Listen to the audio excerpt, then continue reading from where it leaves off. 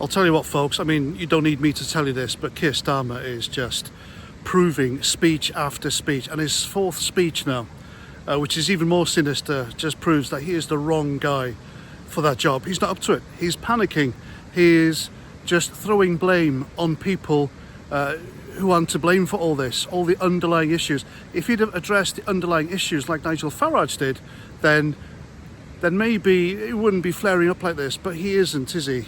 In just one speech, Nigel Farage has addressed the issue more calmly and more adult-like, more statesmanlike than Keir Starmer. He didn't rush in to blame people he didn't like. He didn't rush in to bring in legislation to suppress and oppress his own people. No, he said, look, we understand what's going on. I understand what's going on. I understand the underlying issue. They need to be addressed, and Parliament should be recalled to address it. And that's how you do it. That's all you need to do. Nigel Farage did it. Why couldn't Keir Starmer? Well, like I said, Keir Starmer has panicked, and he has panicked big time. He is just not cut out for that job. He really isn't. He is blaming everyone and everything other than what the underlying issue is. And the underlying issue is open borders, illegal migration, imported crime, and other things. And he hasn't addressed them once. If anything, he has done more to protect people like that other than people who are the victims of people like that, and it's just not on. It is quite literally like a victim of crime going to a police station saying, I've just been mugged and beaten up badly and robbed by such and such a fella, and then the policeman says, oh, you racist, and then locks the innocent person up. That's what it's like. They are bringing in sinister laws to curb democracy and free speech. Facial recognition technologies, I've said that. A standing army of civil servants to police us, and now he wants online reform. They're coming for our free speech, ladies and gentlemen.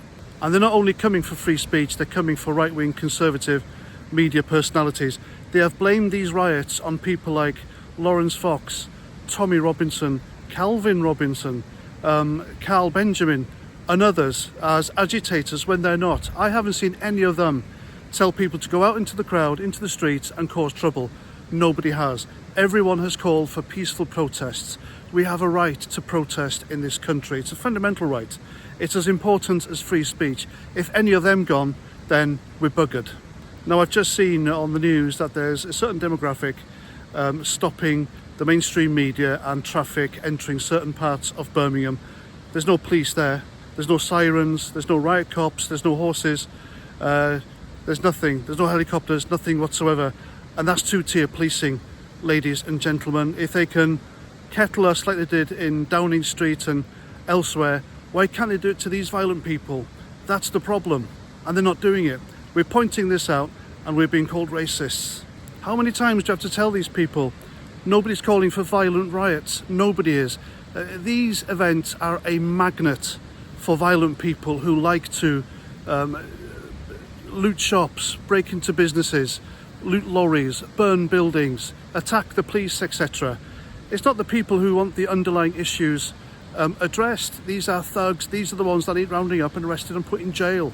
But I saw with my own eyes in Downing Street, they were just snatch squads from the police going in and arresting decent people who weren't doing any trouble, weren't causing trouble, weren't shouting.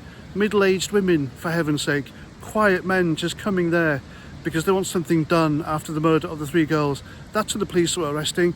And yet, are they in Birmingham doing the same thing? Nah. Why is it wrong to point that out? Why is it people like me who are demonised for pointing that out? It's facts, ladies and gentlemen. And people are getting angrier. And the more that Keir Starmer doesn't address this, the angrier people are going to become. And then you'll have these decent people on the streets and they won't be quiet anymore. This needs to be addressed properly, addressed immediately. And that's all people are asking for. And if you can't do that, then Keir Starmer isn't going to last a second. He won't get to a second term. It's that simple. He has taken, 4 weeks to destroy the country, done nothing to it, turned a blind eye to what's really going on and demonised the people who are seeing it and calling it out. It's that simple, ladies and gentlemen. And there we go. That's it for now. There'll be another video tomorrow, no doubt. This issue is ongoing. The country is in crisis. Keir Starmer is playing divide and conquer. He is the wrong guy for that job. You should never have a left-wing, out-of-touch socialist for when a country is in crisis. You need a strong man, you need a strong woman. Anything but some weak lefty in charge, because it's proven through history, folks. It really is. Anyway, enough of my wobbling. I'm past 49. Thanks for watching. Remember to subscribe, hit the like button, give a comment, tell me what you think, and I'll see you next time. Roger Trout.